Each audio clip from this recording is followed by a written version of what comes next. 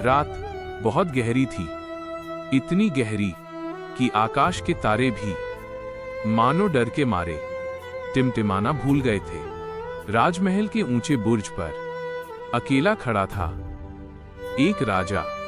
सिर पर मुकुट था, लेकिन आंखों में, हृदय में शांति नहीं और आत्मा में प्रश्नों का तूफान।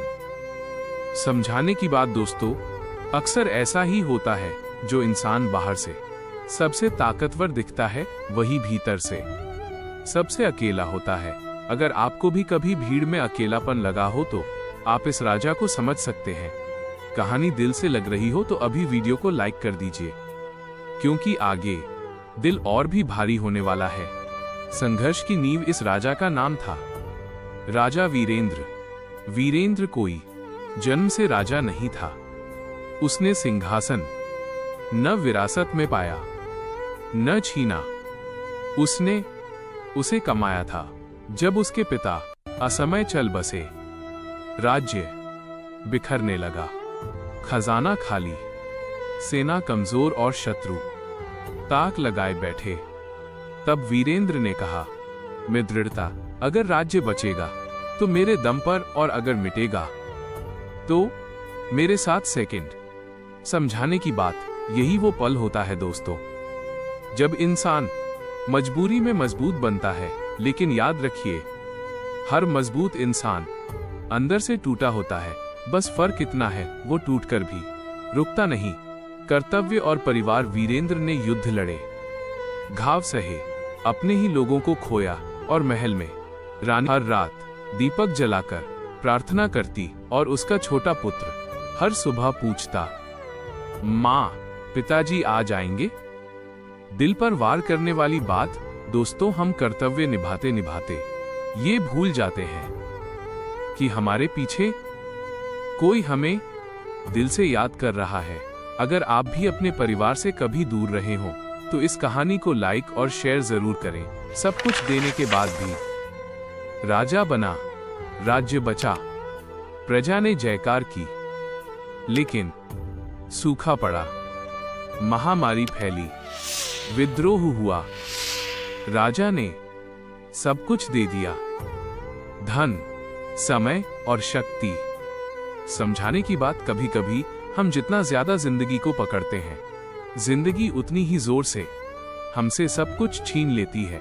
सबसे बड़ा आघात रानी पद्मा बीमार पड़ गईं। राजवैद्य बोला, गंभीर आवाज, यह रोग शरीर का नहीं, भाग्य का है।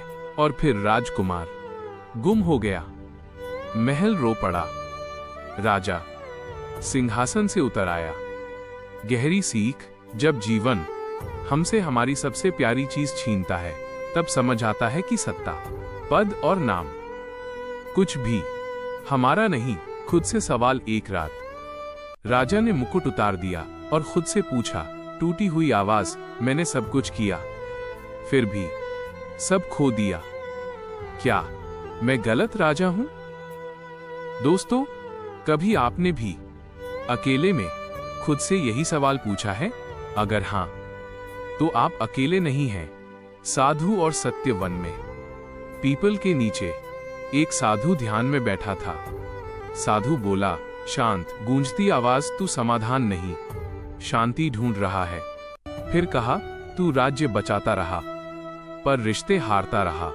समझाने की बात, सत्य जब चुभता है तो अक्सर क्रोध बनकर बाहर आता है, लेकिन वही सत्य हमें बदलता भी है। परिवर्तन 7 दिन।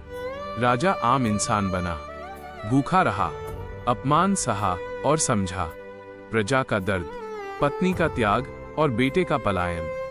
कड़वी सच्चाई, हम अक्सर जिनके लिए जीते हैं उन्हीं को सबसे ज्यादा नजरअंदाज करते हैं। जीत साधु बोला, राज्य तेरा नहीं, जिम्मेदारी तेरी है।